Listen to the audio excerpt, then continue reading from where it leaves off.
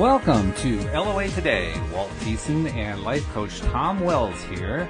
It's Tuesday, February the 13th, 2018 at 9 p.m. Eastern Time. This is actually the third Daily Dose of Happy for the day because we are doing an experiment tonight. We are finding out whether or not people will actually call in to talk to us by doing a Tuesday evening show. And Tom, this is something we talked about a few weeks ago and decided let's give it a go because we know it is kind of tough for people to call during the workday. That's just, the nature of things.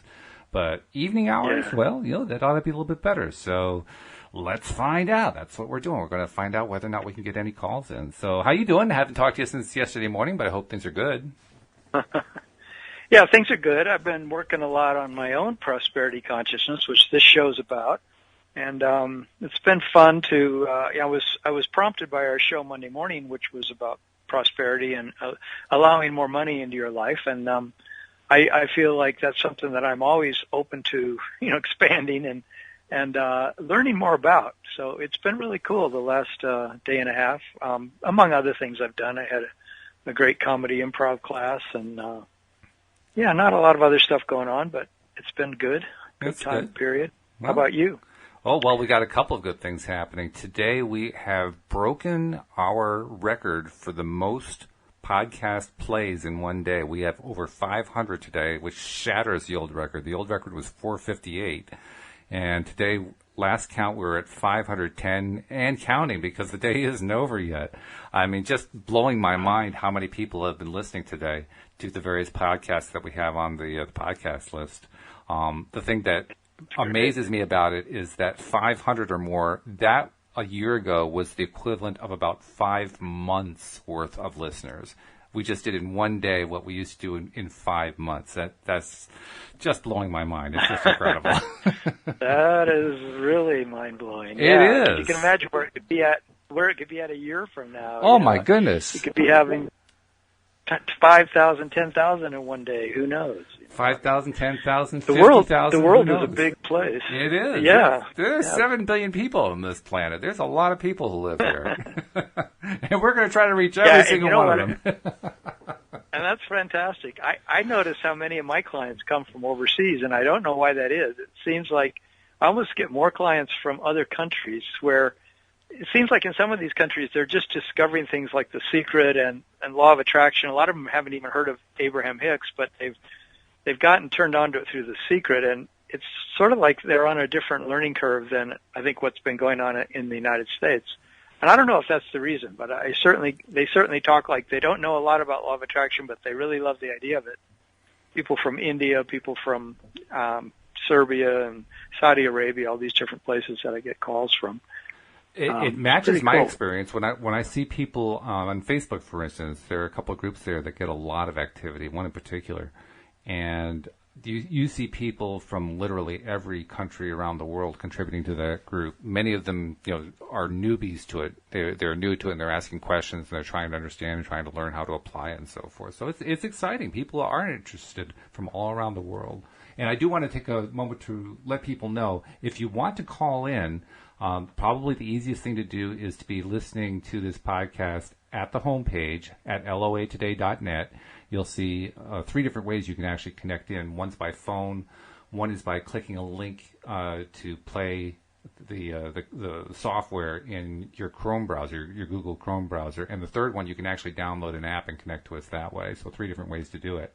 If you decide you want to call in on the phone number is area code 712-832-8330. And then once you get called in, you're actually calling the number for freeconference.com because that's the software we're using bridged into our speaker software so we can record the show. You'll need an access code. The access code is 334-2044. So that's area code 712-832-8330, access code 334-2044. And if that's too much to remember, again, the best place to do it is just go to the homepage of loatoday.net, and you'll see it all there. So that little bit of housekeeping out of the way.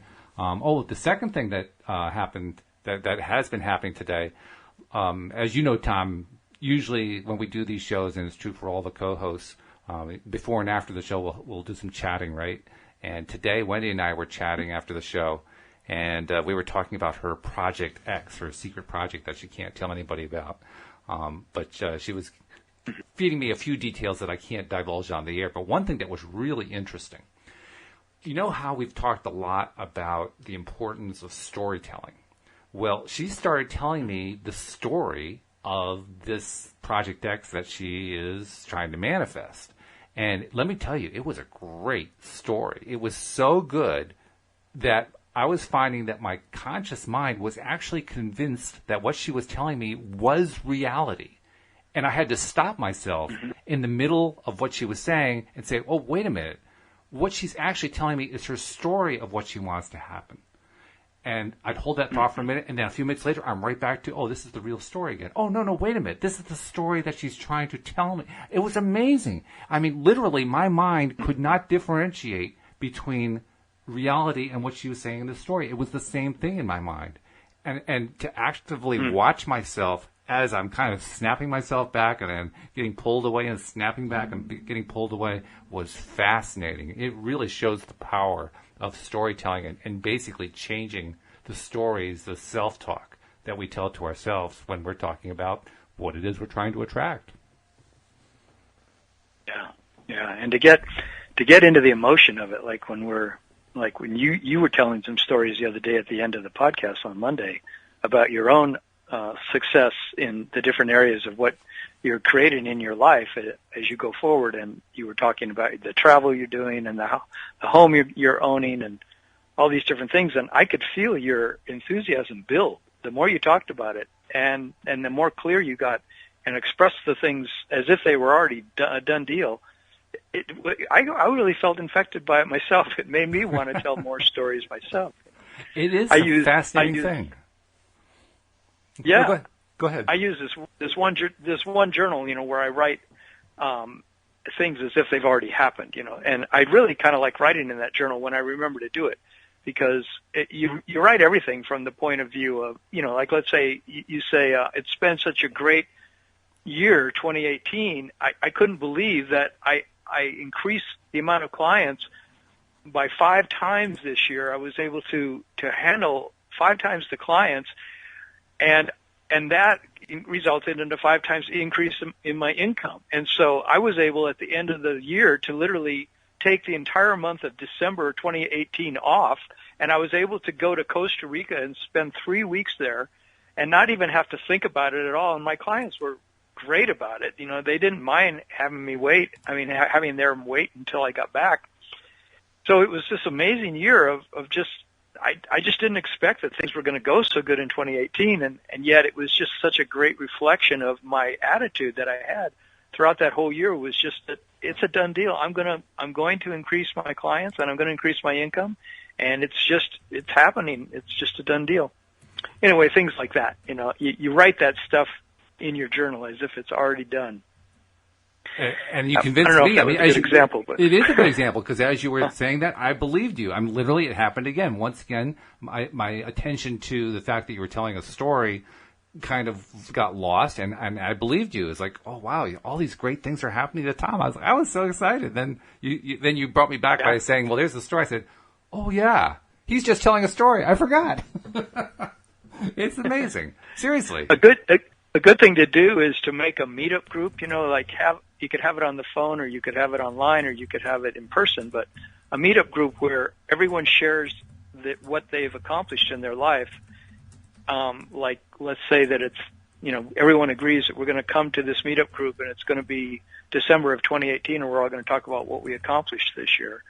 And we're going to do it each week or once a month, for the whole year of 2018.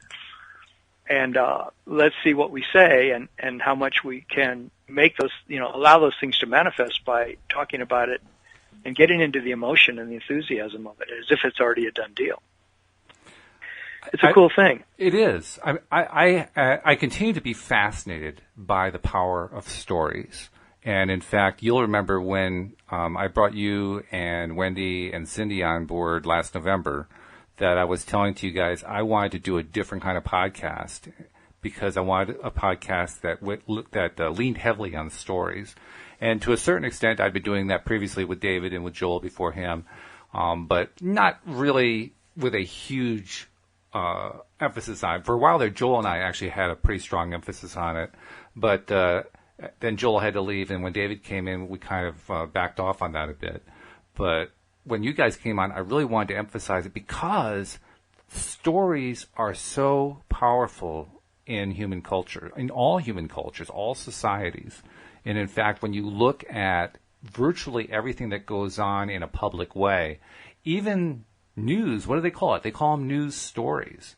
The stories, for whatever, all the negativity that's in them, they still just draw people's attention because they have the elements of a good story. And when you have that, people just can't help but listen to the stories, which is why it's really important to, be careful about what kind of stories you're listening to.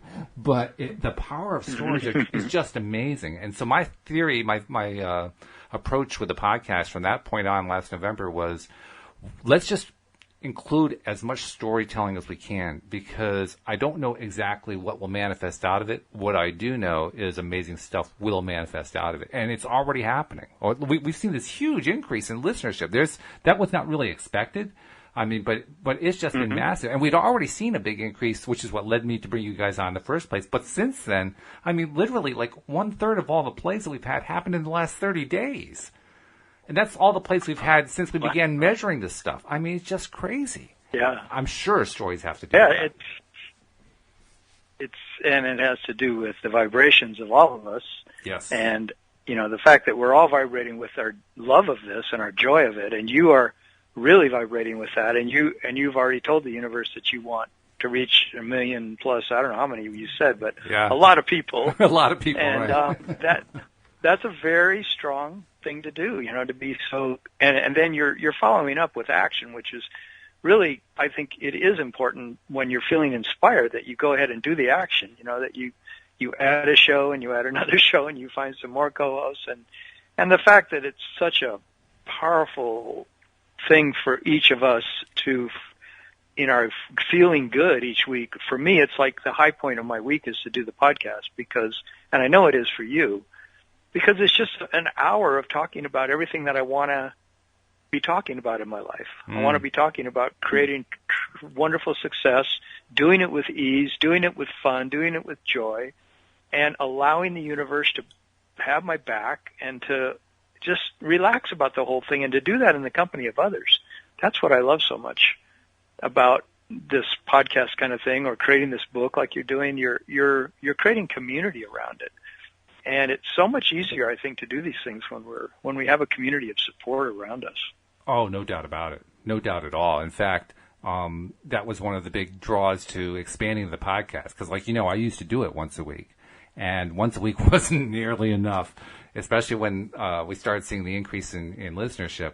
I just became really hungry to do it more often for the exact reasons you talked about, because there is an addictive quality to it. The addictive quality is a good kind. It's an addiction to the joy, to the fun, to the excitement of doing it. Like, wow, I can't wait to do the next one.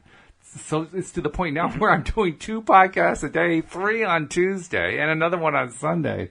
I mean, and it's like, well, I don't have all that much time that I can put into it, that I can just put endless hours. And so I'm already feeling the pinch on that. But there's the other part of me that says, I don't care. This is great. This feels good. Let's keep doing it. Yeah. Right. Yeah.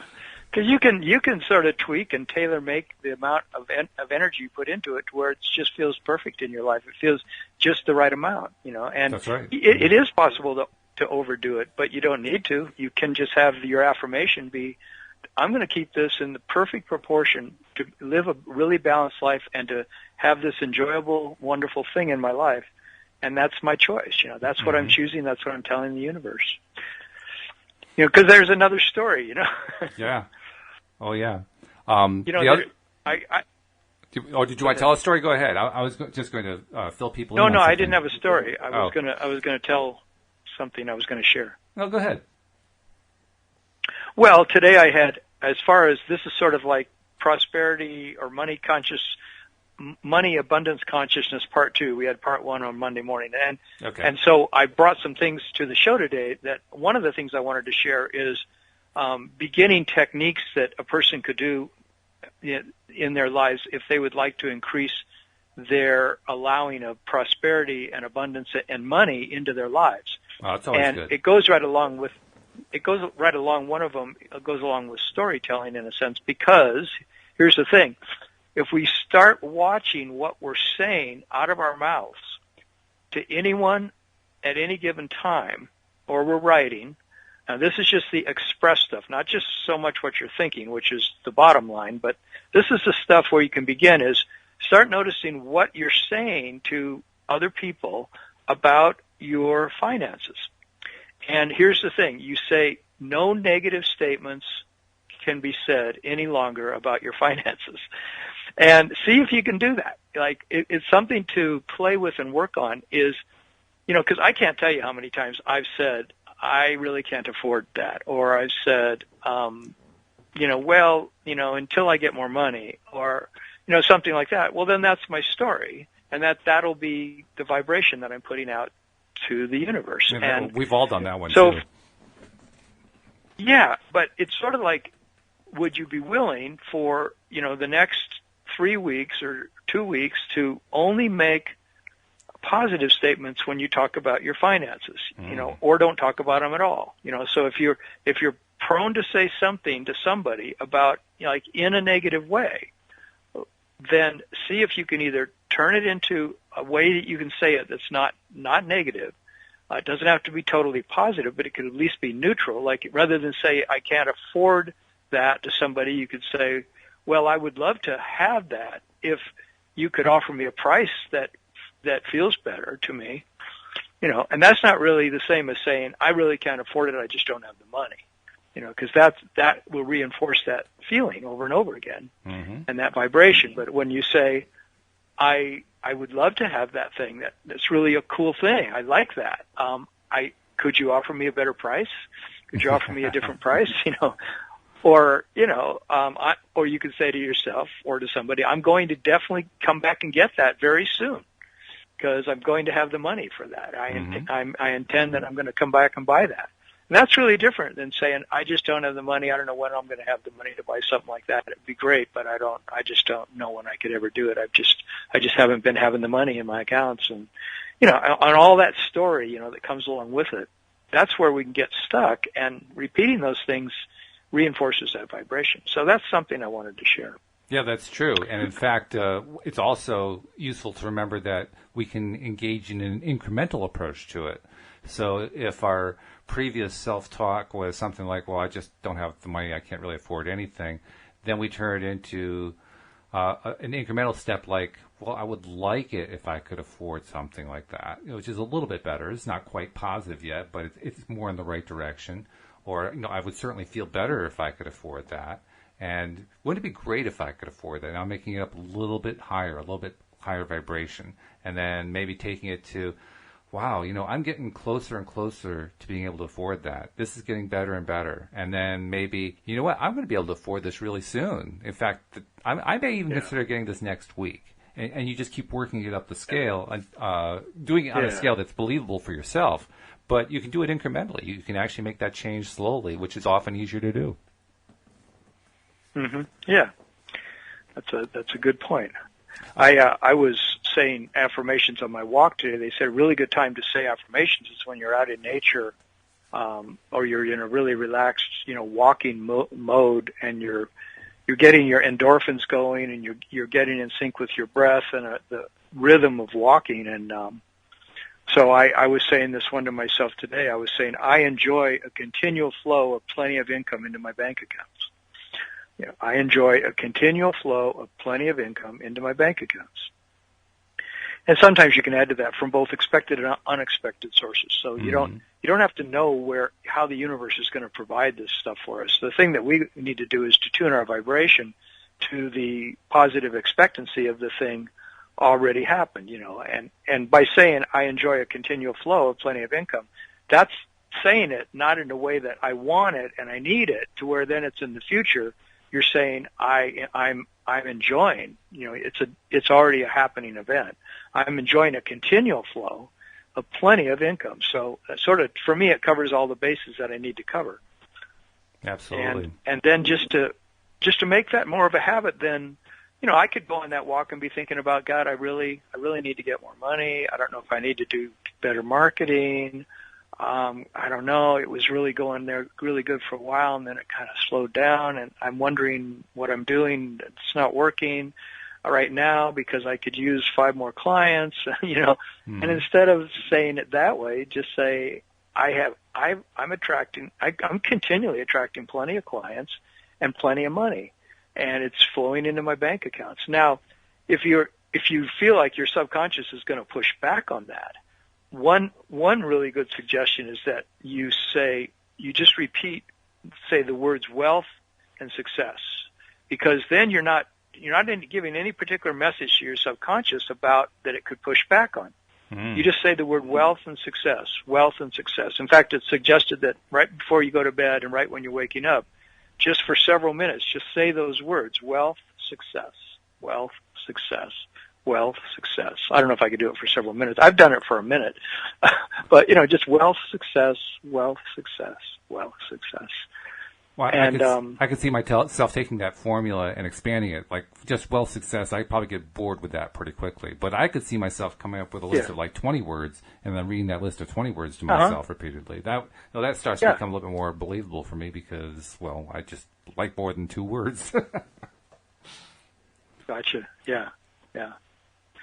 Well, I also want to remind people we're doing this show live Tuesday evening between 9 and 10 p.m. Eastern time, and we're doing it primarily because we want to give people a chance to call in who have thought about calling in the past but just couldn't do it during the daylight hours. So that's why we're doing this as kind of a test. So if you're listening in live and you kind of have the inclination but you've been a little bit shy, don't be shy. Just follow the instructions. The phone number is probably the easiest one, especially if you're listening to us on your smartphone. Just click on the number and you'll be able to connect to us right away, and we'd love to talk with you. So just wanted to mention that.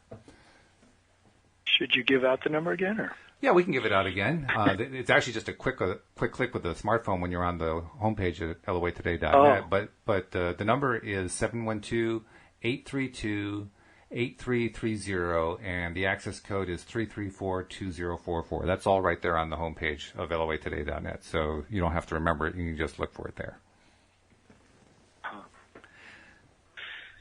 Well, talking about that thing of having a bunch of different words that signal to your subconscious abundance. They put you in that vibration because the words feel good to you, right? Is that what you're saying? Yeah. Oh, yeah. Because the power of the spoken word and the written word to ourselves, as well as to others, but especially to ourselves, is actually underestimated, I would say. It's incredible what we can tell ourselves, and as long as it's something that we initially believe, then the belief increases as we tell it to ourselves. Does that make sense to you? In other words, if there's something that I believe to at least some degree, and I say it to myself over and over and over again, I begin to believe it even more and more and more and more until finally I'm just overwhelmed with belief on it, which is what Abraham Hicks tells us, right? They teach us that a belief is literally nothing more than a thought that we think over and over again. And, that's actually the best definition of a belief I've ever heard. I've heard a lot of definitions of belief, particularly in religious circles and so forth. And that's it right there. It's a thought that we think over and over again. That's right. I love that definition because it takes all this intensity off the word belief, So if you have certain beliefs about money that are keeping money out of your life, and you can recognize, that, I'm telling myself that money is hard to come by, or I'm telling myself I don't deserve it because, there's so many other people that don't have it. Why should I have it? Or the people that have money are not good people. A lot of people who are wealthy are taking advantage of the earth or taking advantage of other people. So any of those kind of belief systems that we have going on, if we can recognize what they are, all they are is a thought that then we continue to repeat it on some to ourselves, and that's keeping the money from flowing to us in our lives because that's our dominant vibration, is these old thought patterns. But it's just a thought, and it can change those thoughts. That's why what I'm doing now is each week I come up with 5 new affirmations. And it makes it more fun to say affirmations when I have 5 new ones each week. And by, carefully writing them to each week to be the things that are most up for me, like the one I was saying today about money. It's like it's really a powerful one for me right now. And I have one about relationships. And, so affirmations are actually powerful if it feels good when we do it. If we enjoy saying them. Can you share, like you mentioned you had one for money and one for relationships. Can you just share again, what the affirmation sounds like so that somebody who's perhaps trying to put their own together, they can have like a model to work with? Well, yeah, like the one on money, like say the thing that you would most want to be experiencing, that you intend to experience once you have that thing that you want. So like if it's money, you could say, like I was saying, I am enjoying. I am is a good way to start an affirmation with an I am statement. Mm-hmm. So you could just say I am wealthy, but if your conscience is going to push back on that because you just don't believe it, then you could say I am enjoying a continual flow of plenty of income into my bank accounts. Okay. And of course, for some people, they're going to say, well, I don't believe that either. That's why if you say the word wealth or the word success, you're at least not putting into your subconscious the word poverty and the word doubt, or the word, right. Lack. You're saying wealth and success, but any I am statement you can make that you are willing to say, I'm going to take a stand for believing in that, and it feels good to me to take that stand, and I can do it easily, I can do it in a relaxed way. So I'm going to say that, like around relationships, I say, I am allowing into my life my ideal partner. I also say, my ideal partner exists in my vortex, in that reservoir of infinite potentiality. So, my ideal partner already exists, and I'm allowing her into my life. So those kind of statements, that feel good when we say them. And a lot of people who seem to be quote unquote experts in affirmations say I am statements are the most powerful because you're saying that you already have it. You already are that. I am wealthy. Yeah, right. I got the most clients. I got the most clients ever when I was saying that. When I was saying to myself, I am wealthy. It took me weeks to get to that point. Well, it took me weeks to get to the point where I could believe it when I said it.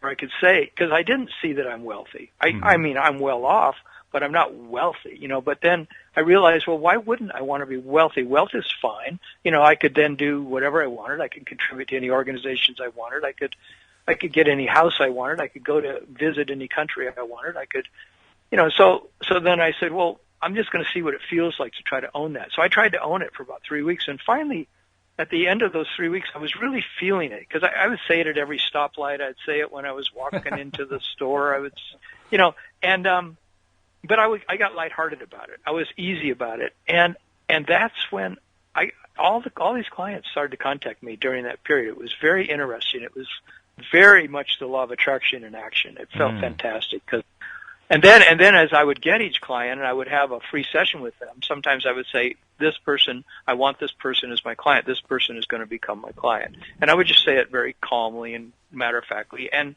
about, I would say, 6 times out of 10, that's exactly what happened. They did become my client. And I really saw that it was this thing of having money in abundance it's something that has to flow almost like air. There's something really easy about money that we don't really realize that because we have so much stress around it, a lot of us.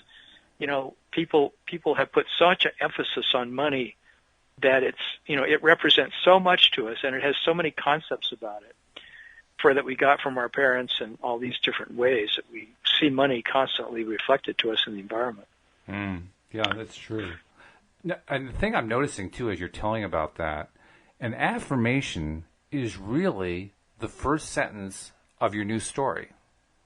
I mean, we don't think of them that way necessarily. We just think of them as affirmations, and we're going to repeat them, and by repeating them, we're going to get ourselves into a better state of mind. But it's also the beginning of your new story that you're telling yourself. And even if you're just repeating that same line over and over again, it is a nascent story. It's a new story that it's waiting to be built out by you. It's waiting for you to tell the longer version of it. But at least you got it started. So when you have an affirmation, even if it is not one that you invented, as long as it feels good, you've got the first line of your story. Then over time, we start to realize, okay, well, I feel like I'm beginning to feel like I can say a little bit more than one sentence. So if my first sentence is, I'm not going to go for I am wealthy. I'm going to go for something a lot lower. So I'll say my income is improving. Okay. And it doesn't have to be even improving by much. It can improve by 0.1% in its improvement. So my income is improving. And I may get tired of saying my income is improving, my income is improving. So maybe I decide to add on my income is improving. And what's really cool is I don't know exactly what's doing it. I can't see the mechanism, but it's happening. And I've never consciously experienced that before. Now I've got 3 or 4 sentences on my story. My story is starting to actually turn into a story. So this is important because I think a lot of people get hung up. I know I got hung up on, well, I don't know how to tell a story. That's why I watch the movies. They're the ones who know how to tell the story. I don't know how to tell the story. And yet we actually do. We just have to trust it enough to try putting out just a few sentences and kind of live with them for a little while. And then be willing to add a few more sentences over, maybe a course of days.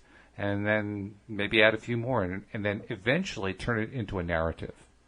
And when we turn it into the narrative, I mean, look what you did just by repeating 1 or 2 phrases over and over again. You got all these clients in. Imagine what happens when you turn that into a full narrative like you did early on in the podcast, where you gave this whole long description about, how you were traveling and all this other stuff. Like, whoa, okay, I'm blown away.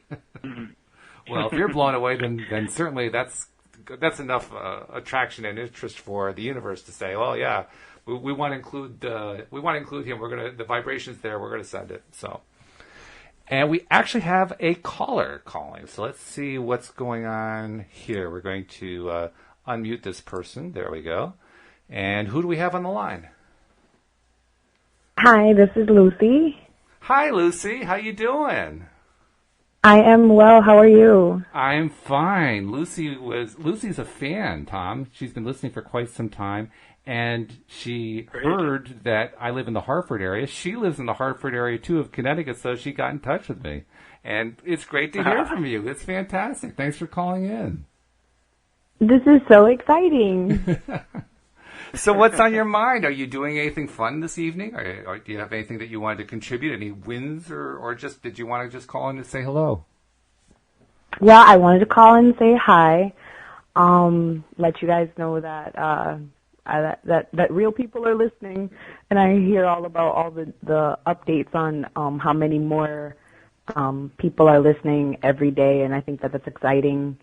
And I was thinking about how all the followers and listeners probably are thinking also about spreading with others who might not be listeners just a message about LOA in general. Mm-hmm. And one of the things that I'm thinking of incorporating is the law of attraction into a project that I'm working on, sharing with parents how to connect with their kids and how important it is just to have a separate type of outlook on life, that people who might not have ever heard about this, just to say, okay, this can be incorporated not only into, parenting, just all types of areas with whatever a person might be pursuing to better a part of their life. Very nice. What brought that on? What made you think of that? That's a great topic. Well, I am a preschool teacher, and I've been working with parents and young children, and they only live in the moment, and unless they are learned the word no, they don't understand it at all. So they kind of teach me how I feel like they're untainted. Like I almost feel like the universal laws are ingrained in us, and we unlearn them, and with culture. Mm-hmm. And because they just go after whatever they want, you know. And the conversation about imagination that was in one of the recent podcasts, I was thinking about it today, even at work with the children, and just like, okay, I have an imagination. I'm supposed to be teaching these kids how to have an imagination when really I just need to step out of the way. Yeah. And how that can be something that I show to parents, not only to appreciate how children learn, but as a way to connect with how we should be learning and exploring our own paths and futures. It's funny. Children are actually the world champions at imagining, and yet the adults think that they have to teach them how to imagine. It's a funny thing when you think about it. It's hilarious. Yeah. They don't. These adults don't fool me. They don't fool me, not a bit. I was also thinking about how important the idea of the reverse storytelling, or the highlight on negativity just to prove a point, with a discussion that was in a recent podcast in movies and telling a story just about how a conflict is highlighted as the most important thing, and how children's stories should be, not only children's stories, but all stories should be focused on the positive part of how life can go and should go. Oh, yeah. I totally agree with that. For so long, since I was, I don't even know, maybe like 8 or 9 years old, I was very aware of how a show would highlight all of these bad things, and at the end, something was resolved, and I was just so curious as to see how life was improved in ways that the story never mentioned, because the conflict was resolved. I was just very aware of that at a very young age, and I thought it was really, really cool how you discussed that stories, that you just don't buy, that the conflict is what should be highlighted. Yeah, I mean, a story needs to have conflict, at least to make it a basic story that becomes entertainment. But the thing that I think that the TV shows and the movies do is they live in the conflict. They just can't escape the conflict. The conflict has to be stretched on and on. I mean, it's like the Hollywood formula, right? If you want to have a formulaic movie, you create a suspense scene, and then the suspense increases, and your protagonists are in a harrowing situation. They're on the cliff's edge, and then as they're on the cliff's edge, now they're dangling over the cliff. And it's like this endless keeping people in suspense, keeping people on the edge of their seat kind of thing. Well, you don't need all that. You've already engaged them. It's like you don't need to keep that going, but that's what they insist on doing. I think it's amazing how a child will listen to a story not about the story, but for the connection.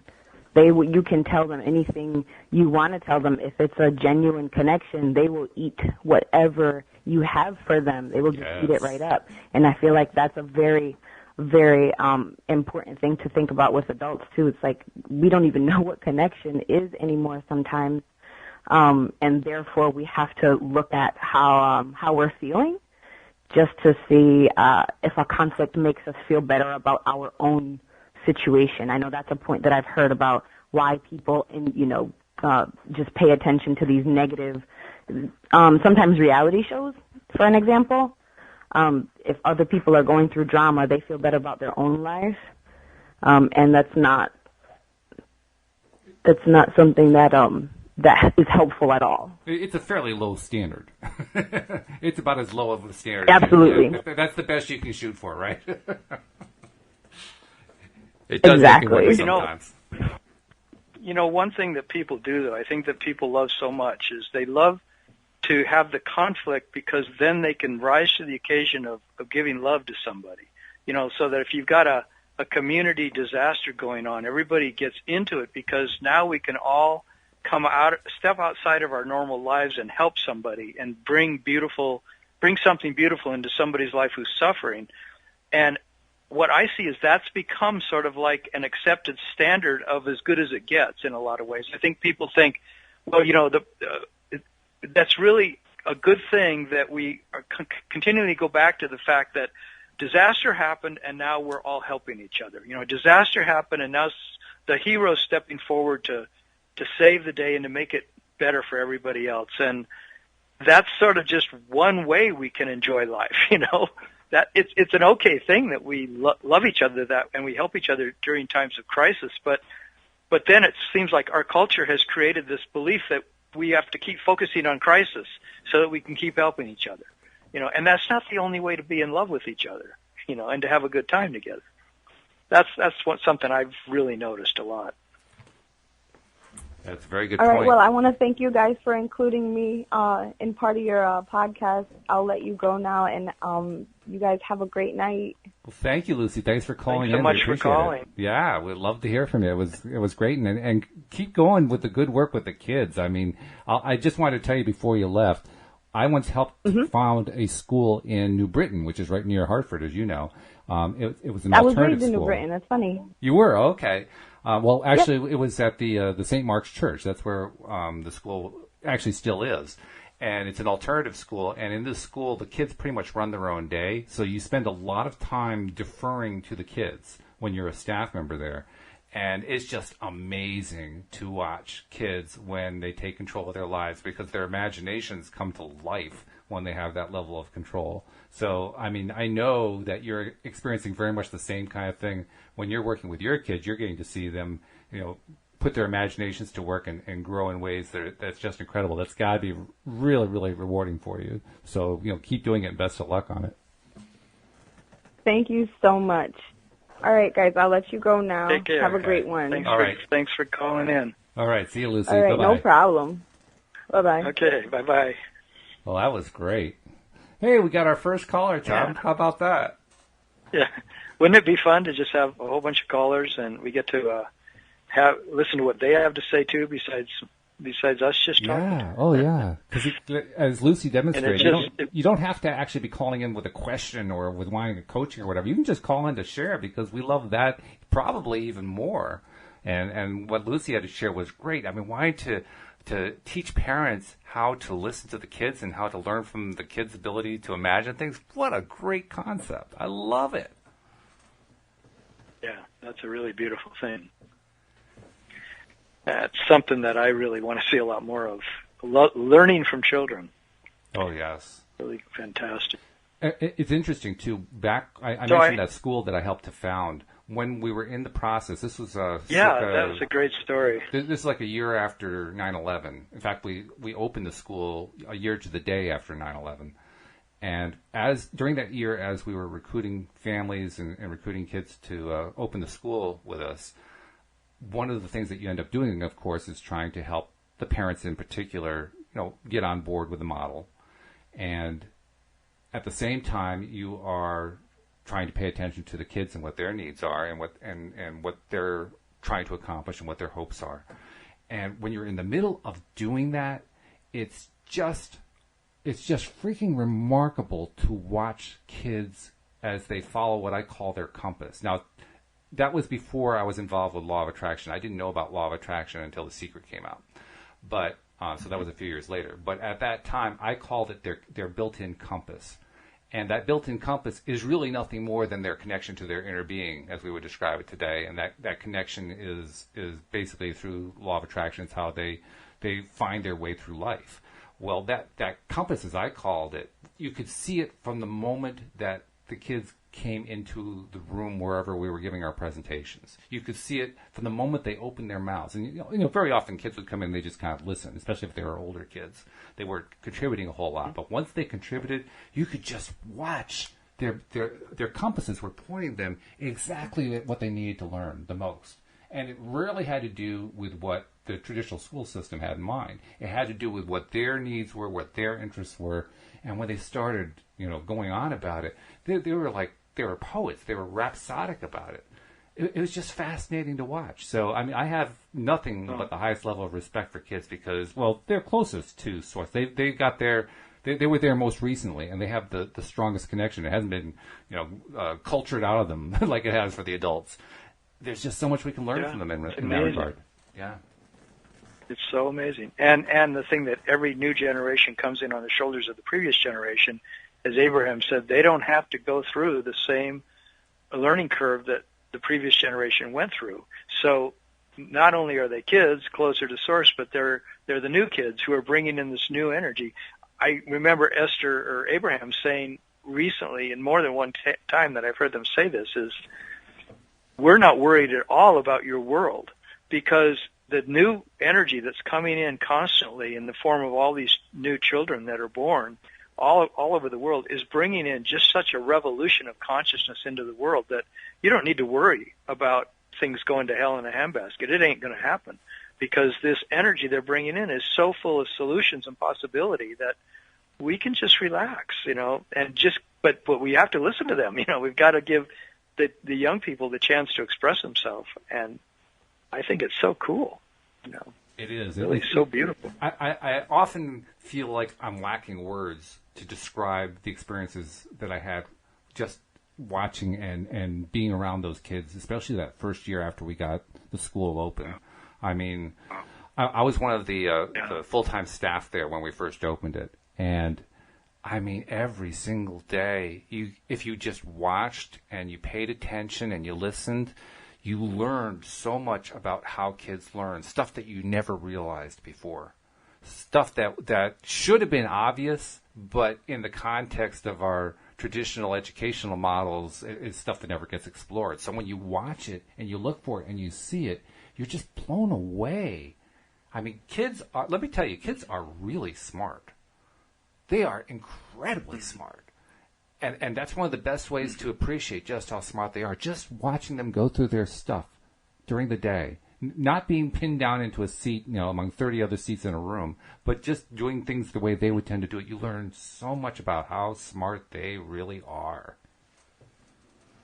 So beautiful. You must be a great observer, because you really see it all. Well, some people, they just would never observe that. They wouldn't see that. They would be too much thinking that they were better than the kids, or they knew more than the kids, or the kids fit into some kind of a box that they've got figured out for the kids, But you sound like you're really open to learning and observing, Well, it's really very much like what we talk about when we talk about deliberate creation, right? With deliberate creation, that's where you're using the law of attraction to your own advantage. You're recognizing that the basic concept of the law of attraction, like attracts like, similar vibration attracts similar vibration. So you want to put out thoughts, right, that are vibrating at a very similar rate, that have the same kind of feel as whatever it is you're trying to attract. And then you're trying to allow it. You're trying to get rid of your own resistance and just allow it to come to you.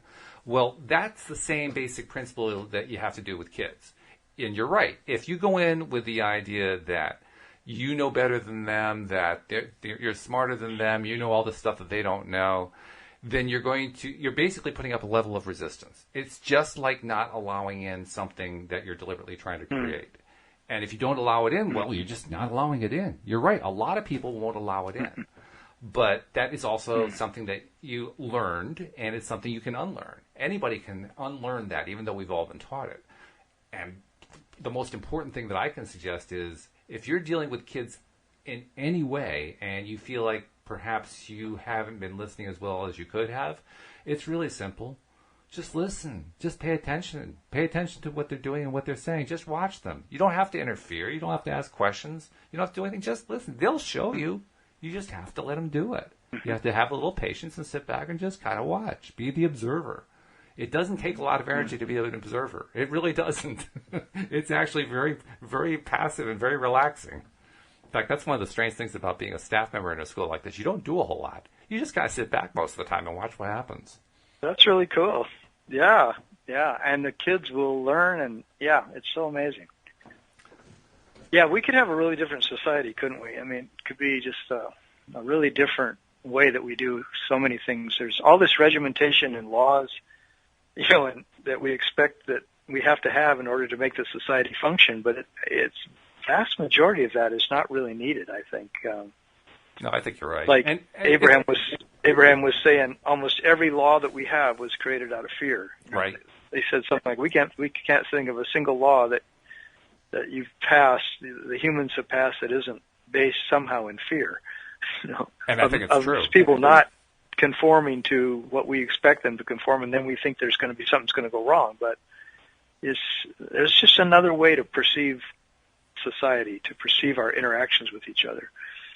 And regarding, I'm not saying I've got it all figured out. Well, no, you've got a good part of it figured out, I'd say. And regarding what you were saying about how society could change, I think society is changing. I don't think the average person can see it, but I see signs of it happening all over the place. And it's one of the reasons I'm motivated so much to do this podcast, because this is where the leading edge is. Abraham talks about the leading edge of creation being the physical world, but I see the focus on the whole topic of deliberate creation and law of attraction as being the leading edge within the physical world. And I really do believe there is a revolution of thought and of activity going on that it's going to take a long time before we see it in a major way. And long is a relative word. Long could be anything over a week, but it's going to take a while. Let's put it that way. But it's going to happen, and I firmly believe. I mean, you and I have had quite a bit of life already, and we hopefully still have quite a bit left. But I think you and I are going to see it in our lifetime, and I think it's going to happen in a big way, and I think it's going to happen relatively sooner than we might expect. I think it is happening too. It's funny that you said that word revolution and everything, because I was at my Toastmasters meeting last week, Toastmasters being this international organization that people go to learn how to speak, to do public speaking. And it's very regimented and organized. It works, the organization's been around a long time. It's like Alcoholics Anonymous. It's just been there in every community. There's these Toastmasters where people go to learn how to do public speaking. And at the end of the last series of speeches last Friday that I gave my speech at, and afterwards, everyone who spoke was standing around. We were talking together, and one of the women was saying, "Isn't it amazing how much everybody today who spoke, even the people who spoke spontaneously, besides the prepared speech, all had a similar themes of how humans want to connect with humans through love, of how people need to find their unique gifts and manifest their unique purpose in life, and how life has a tendency to work really well when we let it. When we get out of the way, life will actually give us an amazing amount of rewards and the things we need because we're not stressing out about it." And she was saying how those were these themes, and she says, "Isn't that weird how that happened?" And I said, "I think it's actually going to become the norm, and that what we're seeing here is just part of a revolution that's happening worldwide of a raise in consciousness, that everything is raising in consciousness, and that's why you're seeing like 6 different people at one meeting all talking about the same theme, and none of them knew that person was going to bring that theme to their speech." And so I agree with you. I think something really wonderful is afoot, and I really want to be on the leading edge of that. I guess we're going to be whether we like it or not, but the more that we're talking about it and involved in it, and bringing it to the fore, we can be less impacted by the things that people say are the old paradigm suffering ways that we've always done things. Like it has to be hard, it has to be a struggle, and nothing comes easy. And instead, saying that no, things can be really elevated, things can be really enlightened. We can learn from our children, we can have a whole lot more fun, and we can all go towards manifesting our unique purpose in life. And love is actually the thing that we're here for. By giving more and more love to each other, it's just a natural thing for us all. And so, things like that is just really cool. It is very cool. And in fact, you mentioned the struggle, because that's the thing that we're taught, right? You have to put your nose to the grindstone, and you have to work long hours and work hard. And if you do, through the struggle, you will be rewarded. And I can tell you from years of experience having done exactly that, it doesn't work. It does not work. Right. I mean, the number of people, the percentage of people who make it using that formula is really small. It's not that there aren't people who do succeed doing that. There are, but they are the minority. They are not the majority. And it's important to remember. Yeah, it would be fun to do a study of all the Olympic athletes in this Winter Olympics, and what each of their stories is how they got to be so successful. And I'll bet you that there's a whole bunch of really magical things that have happened in most of those people's lives that's been beyond just hard work. They might have put in all those hours at the gym and on the slopes and every place where they've trained, And that is important stuff because they learn those routines and they practice them and they mentally rehearse them, and it's important. But I bet you a whole bunch of them would say that they're there because of inspiration. They're there not because of motivation, but because of inspiration. That something happened in their life, or it continues to happen, that keeps them excited about what they're doing. It keeps them enjoying. Maybe it's the company of all the other athletes. Maybe it's the thrill they get from learning a new maneuver and mastering it. Maybe it's how amazing it feels when you're doing 8 spins in the air on your skis and landing a perfect land. I don't know, all the things that are inspiring to people, but I have a feeling that we could begin to live by inspiration rather than by motivation. Rather than we got to push ourselves. And by the way, I don't want to undermine the idea that struggle isn't a place that you can come from and that you can't emerge from that victorious. I mean, a lot of people have. Joel Elston has a long history of coming from a really bad place of struggle and emerging incredibly triumphantly. But even Joel will tell you he didn't do it just through the struggle. He had to embrace the concepts of positive psychology and of the law of attraction in order to get himself out of there. He wouldn't trade any of that experience. He very much values and appreciates that experience, but he also chose not to live in that experience and to stay there. And that's what you end up doing if you're trying to just struggle your way out. Struggling your way out is where you're not really going to get anywhere. But like you said, if you bring inspiration into it, it's an entirely different thing. I wanted to mention we are kind of nearing the end of the hour. That doesn't mean that you can't call in. We did have that one call from Lucy. It was great to hear from her.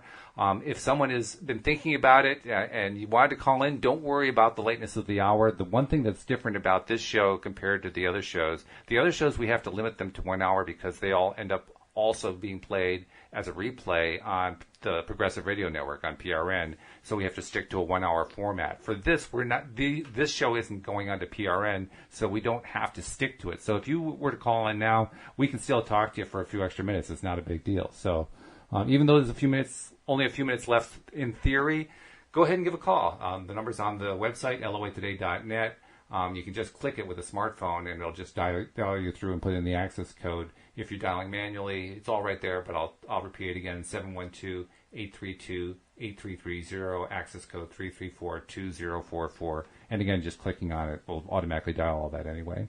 But I just want to give people, anyone who's been kind of sitting there and saying, maybe I'll call, I'm not sure. I want to give you that little extra push. Say, go ahead and call this time. It's okay. Cool.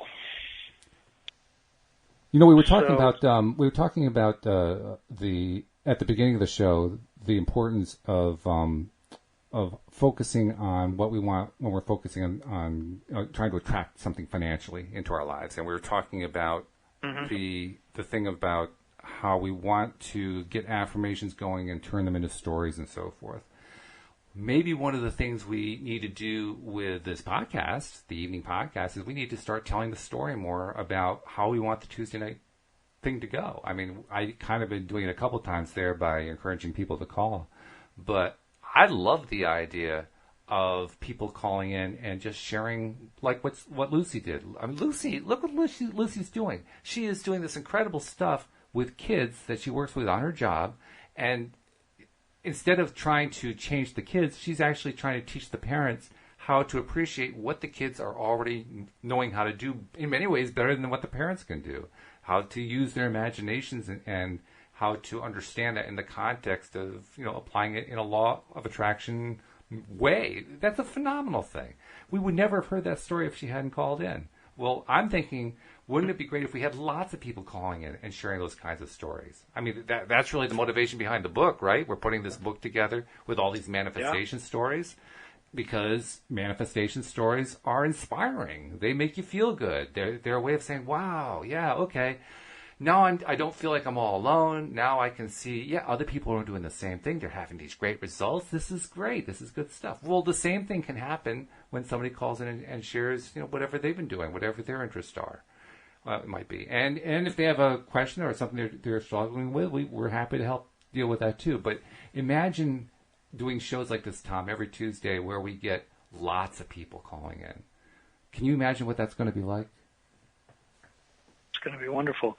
And they could call in and tell us what their wins are too. You know how we often start a show talking about some wins that we've had. A win meaning that we saw the law of attraction, how our vibration brought into our life something wonderful, that the thing that showed up in our life was a match to the vibration that we were putting out, and how the universe took care of us when we were relaxed and we were at ease, and all of a sudden something wonderful flowed into our life that we've been wanting to have happen, or maybe something that completely surprised us, things like that. Or, you know, a story of how somebody used an affirmation, or how they used a visualization, or any kind of thing like that someone's been inspired by, that they could share with other people, just makes all of our lives that much better when we hear somebody else's success. Yeah, it's funny how success stories breed more success stories. I mean, I'm thinking right now, the stories weren't necessarily success stories, although many of them were, but the books that Jack Canfield pioneered, the Chicken Soup for the Soul books. Now, they were mainly intended to be stories that were just that. They were chicken soup for the soul. They were designed to help you heal from, bad experiences or things that weren't going right or whatever. They were designed to help you feel better about yourself by just reading what had happened with other people in other people's lives. Well, the same principle works here too. I mean, people just love hearing other people's stories. And in order to tell other people's stories, you have to, have the other people telling the stories. It's just the way it works. Yeah. So that's what we're trying to get going here. Since we're talking about prosperity, I can recommend a book that people might like, and it's got a whole bunch of stories in it of people who succeeded by using the law of attraction to attract prosperity into their lives. Should I give the name of the book? Yeah, sure. Why not? It's called Feel Free to Prosper. It's by Marilyn Jennett, Jenett, Okay. Marilyn, Marilyn, Jennett. Feel Free to Prosper. It's subtitled 2 Weeks to Unexpected Income. She claims in here that if you follow her lessons, that you can increase your income, in as short a time as a couple of weeks, with the simplest prosperity laws available. And there's a section near the back where she has stories of about, maybe 20 or 30 people telling the story of how their whole life was changed in some really significant way by working with her particular program. And her program is based on the law of attraction. So I thought that might be an interesting thing to mention on a law of attraction podcast. It was recommended to me by the people at Good Vibe University, which is another law of attraction source of interest, Good Vibe University online. And so I like to pass along things like that. And the book has been helpful for me, and I'm beginning to do the lessons. I've done a lot of other things around prosperity, but I find this to be particularly good, actually. It's a nice title, actually. It's a very welcoming title. It doesn't sound like it's hardcore. It sounds like it kind of pulls you in easily. Yeah, there's so many books out there about prosperity and about how you can achieve increased wealth in your life and bring more money into your life. And it's nice to know when there's a book that several people recommend who are in the law of attraction field, because I think that a lot of the books, if you go on Amazon, you just don't know what you're going to get, when you get that book. And, there's a lot of science of mind movement that I think is good for wealth creation, but some of it is pretty religious in the way it uses a lot of, stories from the Bible and stuff, which is fine if you enjoy those kind of stories too. Actually, I changed my whole life using one of the books from the Science of Mind Church that was about manifesting abundance, and it used constant biblical passages to prove the points it was making, but I didn't care. It changed my life because it got me thinking for the first time in my life about how I was creating my own reality, and that how if I just completely believed in the abundance of the universe, and that's how the universe was designed, that I could just tap into that. And I did. For 25 years, I had a fantastic income from the business that I created through that. It all started with that book. It was inspired with that book. That's very good. That's excellent. Yeah, and I've given away the book, so I don't even remember the name of it anymore. Oh, dear. Oh, it's okay. It's like I sort of lost interest in it, about 30 years ago after I read it, and I had it around for 5 years. But yeah. So there's a lot of good stuff out there to help with manifesting abundance. So if anybody feels stuck in creating more money in their life, just start putting your focus on allowing yourself to have the money. This lady, Marilyn Jennett, says she suggests one of the starters is you write 25 times a day.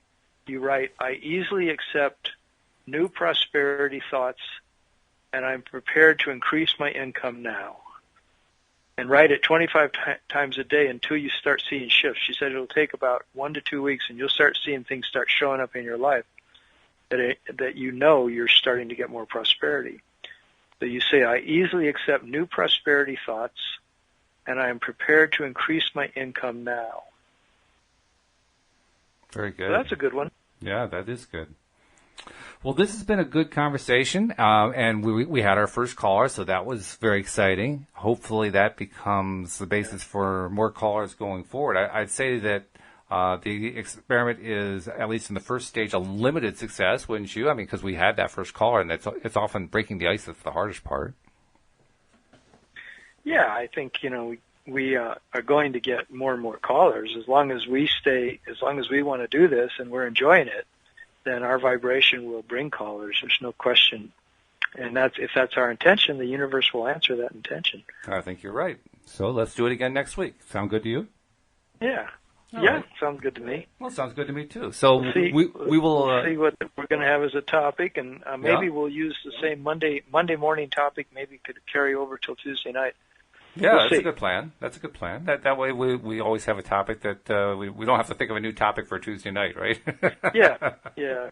Well, I sometimes do a bunch of research to like bring interesting new things to each topic. So I don't know if I could do three a week because I sometimes put in 5 or 6 hours of looking into it before I go onto the podcast.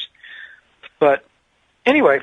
That's all right. It could be just a really easy thing to do. We always have enough to talk about anyway with a topic in one show, so it's not like we're going to be lacking information to convey in a second, in a part 2 of the show on a Tuesday night. So I'd say, keep going with that same formula. I think it works great. So just wanted to remind people, we'll be back here next Tuesday at the same time, 9 to 10 p.m. Eastern Time. And, of course, we have the regular podcasts Monday through Friday. There's the morning cast at 8 a.m. Eastern Time and the afternoon cast at 4 p.m. Eastern Time. So feel free to tune in on those. And by the way, if you haven't subscribed, be sure to subscribe. It's all on the homepage as well. And, Tom, it's been great. Let's do it again. All right, Walt. Thanks so much. Thanks, everybody. Thank you, everybody. And we'll see you all next time here on LOA Today. Goodbye, everybody.